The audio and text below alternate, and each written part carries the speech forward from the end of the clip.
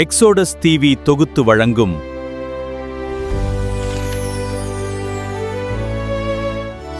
அருளுரை துளிகள். அன்பான சகோதர சகோதரிகளே, இயேசு கிறிஸ்துவின் இனிய நாமத்தில் எக்ஸோடஸ் டிவியின் அருளுரை துளிகள் நிகழ்ச்சிக்கு உங்களை அன்புடன் வரவேற்கிறோம். இந்த நிகழ்ச்சி உங்களுக்கு ஆசீர்வாதமாக இருந்தால் எங்கள் சேனலை சப்ஸ்கிரைப் செய்து லைக் மற்றும் ஷேர் செய்து மற்றவர்களும் தேவனுடைய வார்த்தையால் ஆசீர்வாதம் பெற உதவுங்கள்.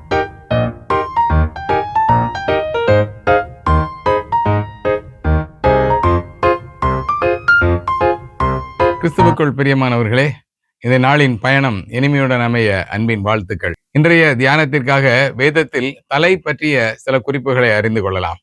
எண்ஜான் உடம்புக்கு சிரசே பிரதானம் என்ற பழமொழி ஒன்று வழக்கில் உள்ளது. உடல் என்பது எவ்வளவு பெரிய அமைப்பாக இருந்தாலும் அதனை சிறிய தலையே கட்டுப்படுத்துவதாக உள்ளது. தலையில் கண்கள், காதுகள், மூக்கு, வாய் போன்ற உணர்ச்சி உறுப்புகளும், இந்த உறுப்புகளின் ஒன்றிணைந்த உணர்ச்சி தகவலை பெரும் உறுப்பாக மூளை செயல்பட்டு தகவல்களை உடலின் மற்ற உறுப்புகளுக்கு அனுப்பும் மிக முக்கிய பணியை செய்து வருகிறது. இந்த முக்கிய பணியை செய்யும் நினைவகம் அல்லது மூளை என்பது ஒரு மண்டை ஓட்டுக்குள் பாதுகாப்பாக அடைக்கப்பட்டுள்ளது. மனித தலையில் 22 எலும்புகள் உள்ளன. மனித தலை சுமார் 2.3 கிலோ முதல் 5 கிலோ வரை எடை கொண்டதாகும். உள் மற்றும் வெளிப்புற தலைசார் தமனிகள் மூலம் தலை இரத்த ஓட்டத்தை பெறுகிறது. கம்ப்யூட்டரில் செயல்படும் நினைவகம் போல தலைக்குள் இருக்கும் சுமார் 1.5 கிலோகிராம் எடையுள்ள மூளையில் சுமார் 10,000 கோடி நரம்பணுக்கள் உள்ளன. இந்த மூளையே தலையின் மிக முக்கிய பகுதியாகவும் ஒரு மனிதனின் அனைத்து உறுப்புகளின் இயக்கம் முழுவதையும் கட்டுப்படுத்துவதாகவும் உள்ளது. சுருங்க கூறின், உடலின் அனைத்து உறுப்புகளையும் தலையே கட்டுப்படுத்துவதாலும் ஒரு மனிதனுக்கு தலையே அவனது அடையாளமாக இருப்பதாலும், தலை என்பது மனித உடலின் உச்சியில் இருப்பதாலும், தலை என்பது வேதத்தில் மட்டுமல்ல உலகத்திலேயும் மிக முக்கிய பங்கு வகிக்கிறது. ஆதியாகமம் 40ஆம் அதிகாரம் 13ஆம் வசனத்திலே பானபாத்திரக்காரன் கண்ட சொப்பனத்தை யோசேப்பு விவரிக்கையில், பார்வோன் உன் தலையை உயர்த்தி என வாசிக்கிறோம். இந்த இடத்திலே தலை என்பது ஒரு மனிதனின் உயர்வான பொறுப்பை காட்டுவதாக இப்பகுதியில் சிந்திக்கின்றோம். சங்கீதம் 118:22 மூளைக்கு தலைக்கல் என்பது ஒரு கட்டிடத்தினை இணைக்கும் முக்கிய கல்லாகவும், 1 கொரிந்தியர் 11ஆம் அதிகாரம் 3ஆம் வசனம், எபேசியர் 1ஆம் அதிகாரம் 22-23 வசனங்கள் ஆகிய இடங்களில் தலை என்பது அதிகாரத்தையும் முதன்மையையும் குறிப்பதாக உள்ளது. இப்படிப்பட்ட முக்கியத்துவம் வாய்ந்த தலை பற்றி வேதத்தின் அடிப்படையிலே தனிப்பட்ட குடும்ப சபை வாழ்வில் தலை பற்றிய சில குறிப்புகளை நாம் சிந்திக்கலாம்.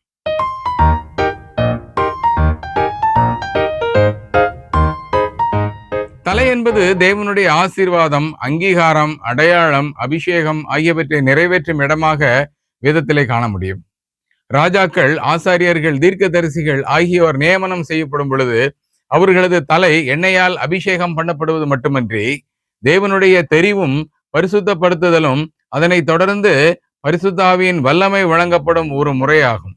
1 சாமுவேல் 16ஆம் அதிகாரம் 13ஆம் வசனத்திலே தாவீது அபிஷேகம் பண்ணப்பட்டவுடன் அந்த நாள் முதற்கொண்டு கர்த்தருடைய ஆவி தாவீதின் மேல் வந்தது என வாசிக்கிறோம். நீதிமான்களுடைய சிரசின் மேல் ஆசீர்வாதம் தங்கும் என நீதிமொழிகள் 10ஆம் அதிகாரம் 6ஆம் வசனத்திலே வாசிக்கிறோம். நீதிமானின் தலை என்பது அவனுடைய வாழ்க்கையின் திசையாகும்.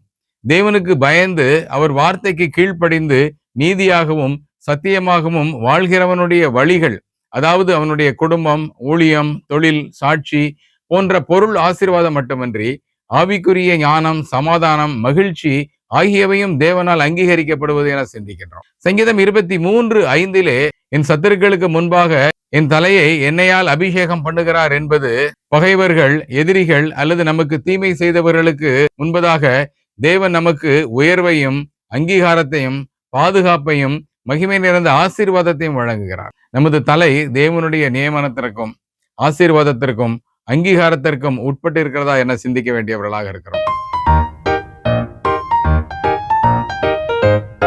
எபேசியர் 5ஆம் அதிகாரம் 23ஆம் வசனத்திலே கிறிஸ்து சபைக்கு தலையாய் இருக்கிறது போல புருஷனும் மனைவிக்கு தலையாய் இருக்கிறான் என வாசிக்கிறோம். கிறிஸ்து சபைக்கும் அவனை ரட்சித்து மீட்டெடுத்ததால் அவனது சரீரத்திற்கும் தலையாய் இருப்பது போல என வாசிக்கிறோம். இந்த இடத்திலே தலை என்பதற்கான கிரேக்க பதம் ஹெஃபாலே, அதாவது சோர்ஸ், ஆரிஜின் என அர்த்தம் கொண்டதாகும். அதாவது முதன்மையானது எனவும் மதிப்பிடத்தக்கது எனவும் அதிகாரம், ஆதிக்கம் அல்லது சர்வாதிகாரம் அல்ல, மாறாக அன்பு, தியாகம், பொறுப்பு என்ற நிலைமையில் உயர்ந்திருப்பதாகும். இந்த விதமான தலைமைக்கு கிறிஸ்துவை அடையாளம் காட்டப்படுகிறார். கிறிஸ்து எந்த இடத்திலும் நம்மேல் ஆதிக்கம் செலுத்தாமல், அதிகாரத்தை பிரயோகிக்காமல், அன்பு, தியாகம், கருணை, தாழ்மை, பாதுகாப்பு இவைகளினால் நம்மேல் தமது அன்பை வெளிப்படுத்தினார்.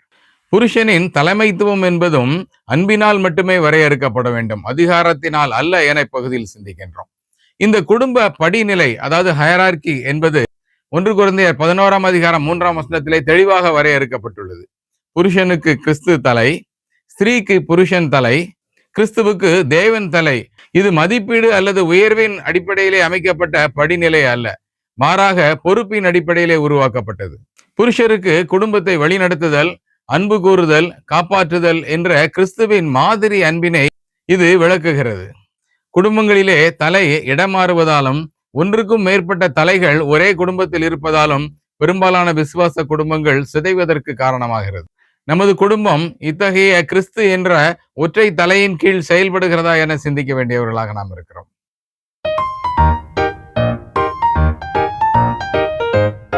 எபேசியர் 1ஆம் அதிகாரம் 22ஆம் வசனத்திலே எல்லாவற்றையும் அவருடைய பாதங்களுக்கு கீழ்ப்படுத்தி எல்லாவற்றையும் எல்லாவற்றாலும் நிரப்புகிறவருடைய சரீரமான சபைக்கு அவரை எல்லாவற்றிற்கும் தலையாக தந்தருளினார் என வாசிக்கிறோம். சபை அவரது சரீரம் என்பதன் விளக்கம் என்ன? கொலோசியர் 1ஆம் அதிகாரம் 18ஆம் வசனத்திலே சரீரம் முழுவதையும் ஆதரித்து காக்கும் தலையை நாம் விடாமல் பற்றி கொள்ள வேண்டும் என்பதும், ஒரே வாழ்க்கை, ஒரே ஆவி, ஒரே பாதை என்பதே அதன் மைய பொருளாகும். எப்படி சரீரத்தின் உறுப்புகள் ஒவ்வொன்றும் முக்கியத்துவம் வாய்ந்ததாக இருந்தாலும், அதன் வளர்ச்சிக்கும் அதன் இயக்கமும் கட்டளையும் தலையிலிருந்தே பெறப்பட வேண்டும். சபை தன்னிச்சையாக தனது சொந்த பலத்தில் அல்லது சொந்த பணத்தில் நடத்தும் நிகழ்ச்சிகளின் மூலமாக வெற்றியாக வாழ்ந்துவிட முடியாது. எப்படி ஒரு சரீரம் தலையோடு இணைக்கப்பட்டால் ஒழிய அது இயங்க முடியாதோ, ஜெபத்திலும் உபதேசத்திலும் வேத அடிப்படையிலான கீழ்ப்படிதலிலும் சபையானது கிறிஸ்துவாகிய தலையுடன் தொடர் இணைப்பில் இருந்தாக வேண்டும். அது மட்டுமல்ல, எபேசியர் 5ஆம் அதிகாரம் 26ஆம் வசனத்தின்படி சபை அவரது வார்த்தையால் பரிசுத்தமும் பிழையற்றதுமாக தொடர் சுத்திகரிப்பில் இருக்க வேண்டும். கிறிஸ்துவை, அதாவது தலையை மறந்த சபை என்பது திசையற்றதும் உயிரற்றதும் ஆகும். தலை அனுப்பும் செய்திகளுக்கு ஏற்றாற்போல சரீரம் செயல்பட்டாக வேண்டும். பல சபைகளில் குழப்பங்கள், பிரிவுகள், சர்ச்சைகள் ஏற்படுவதற்கு முக்கிய காரணம் கிறிஸ்து என்ற தலையின் கீழ் இயங்காமல் கலாச்சாரம், தனிப்பட்ட நபர்கள் மற்றும் அரசியல் போன்ற தலைமையின் கீழ் இயங்குவதே ஆகும். யோவான் 15ஆம் அதிகாரம் 5ஆம் வசனத்திலே என்னை அல்லாமல் உங்களால் ஒன்றும் செய்யக்கூடாது என்பதன் பொருள், சபையில் கிறிஸ்து எனும் தலை துண்டிக்கப்படுமானால் அந்த சபை ஒரு மரித்துவிட்ட அல்லது செயல்படாத சபையாகும். இன்றைய சிந்தனையில் தலை பற்றிய சில குறிப்புகளை நாம் சிந்தித்தோம். இந்த உலகில் நாம் வாழும் வாழ்க்கை, ஊழியம், ஆவிக்குரிய வாழ்க்கையில் கிடைக்கும் சகல ஆசீர்வாதங்களும் வெகுமதிகளும் கிறிஸ்து என்னும் தலைக்கே சேரும் என்பதே நமது வாழ்க்கையின் மிகப்பெரிய ஒரு உற்சாகமான ஒன்றாகும். ஒரு கால்பந்து மைதானத்தில் ஒரு கால்பந்து வீரன் சுழண்டு சுழண்டு தன் கால்களால் பந்தை திசை திருப்பி, தன் கால்களால் ஓங்கி அடித்து, தன் கால்களால் பந்தை லாபகமாக விரட்டி சென்று எதிராளிகளின் வியூகத்தை தன் கால்களால் உடைத்தறிந்து வெற்றி பெற்ற நிலையில் அந்த வெற்றிக்கான கிரீடத்தை அந்த அமைப்பாளர்கள் கஷ்டப்பட்டு விளையாடிய அந்த வீரனது கால்களில் சூட்டுவதில், மாறாக அவனது தலையில் சூட்டுவதைப் போல நம்முடைய விசுவாச வாழ்க்கையின் வெகுமதி, பாராட்டு மற்றும் மகிமையானது கிறிஸ்துவையே சேரும் என பிலிப்பியர் 3ஆம் அதிகாரம் 8 முதல் 11 வசனங்களிலே வாசிக்கிறோம். இந்த உலகில் வாழும் நாம், நான் நீ என்ற சுய பெருமையில் நாம் ஒருவருக்கொருவர் மன்னிக்க மனமில்லாதவர்களாக, உண்மையான சகோதர அன்பு இல்லாதவர்களாக, சக சகோதரர்களை மதிக்க மனதில்லாதவர்களாக, சுயம் என்ற பெருமையில் வாழாமல் இந்த உலகில் நாம் செய்யும் ஊழியம், நமது பணிகள் அனைத்தும் கிறிஸ்துவுக்கே, அவருடைய நாமத்திற்கு மட்டுமே மகிமை சேர்க்கிறோம் என்ற சிந்தையில், கிறிஸ்துவின் தலையின் கீழ் நாம் அனைவரும் வெறும் அவயவங்கள் மட்டுமே என்றும், அவரே நமது தலை என்ற உணர்வோடு நமது தனிப்பட்ட சபை மற்றும் குடும்ப வாழ்க்கையில் வாழ்ந்து உரிய மகிமை மற்றும் பெருமை சேர்க்க தேவன் நமக்கு உதவி செய்வாராக.